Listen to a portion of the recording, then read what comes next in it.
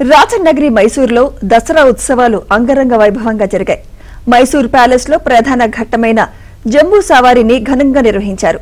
మిరుమిట్లు గొలిపే విద్యుత్ కాంతుల నడుమ బన్నీ మండపానికి చేరుకున్న ఉత్సవ ఊరేగింపులో అక్కడ జంబి చెట్టుకు రాజకుటుంబం ప్రత్యేక పూజలను నిర్వహించారు.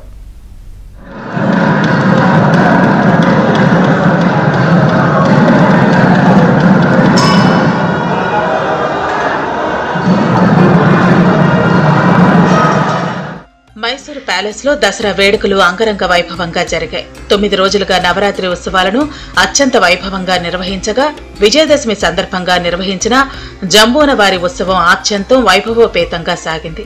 750 కిలోల బంగారు పల్లకిలో చాముండేశ్వరి అమ్మవారి ఉత్సవ మూర్తితో ఏనుగు అభిమన్యు ప్యాలెస్ నుంచి బన్నీ మండపానికి ప్రయాణించింది. స్వర్ణ అంబారీ కట్టిన ఏనుగుతో పాటు మరికొన్ని గజరాజులు కూడా ఈ వేడుకల్లో పాల్గొన్నాయి. సీఎం సిద్దరామయ్య ప్రముఖులతో కలిసి జంబూ సవారీని పూలజల్లుతో ప్రారంభించారు.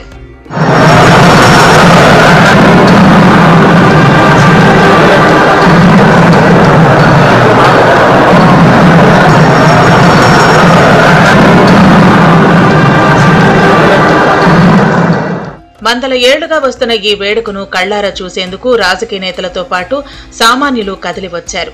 చాముండేశ్వరి దేవిని తీసుకొస్తున్న సమయంలో ప్యాలెస్ లోని వీధుల్లో కళా ప్రదర్శనలు చూపరులను ఆకట్టుకున్నాయి.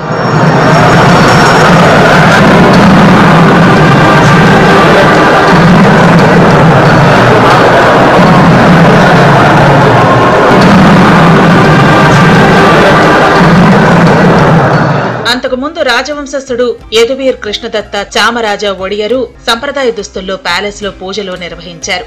మొదట ఆయుధాలకు పూజలు నిర్వహించి ఆ తర్వాత కోటె ఆంజనేయ స్వామి ఆలయం వద్ద నంది ధ్వజానికి పూజలు నిర్వహించారు. దీంతో జంబూ సవారీ ఉత్సవాలు మొదలయ్యాయి.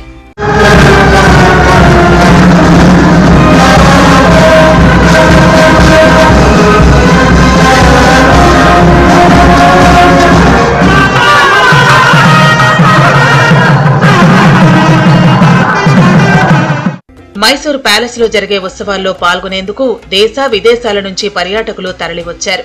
సంప్రదాయబద్దమైన రాచరికపు వేడుకలు అబ్బురపరిచాయి. ప్యాలెస్ ఆవరణలో ప్రభుత్వం ప్రవేశపెట్టిన పథకాలను ప్రతిబింబించేలా ఏర్పాటు చేసిన శకటాల ప్రదర్శన, కళాకారుల నృత్యాలు ఆకట్టుకున్నాయి.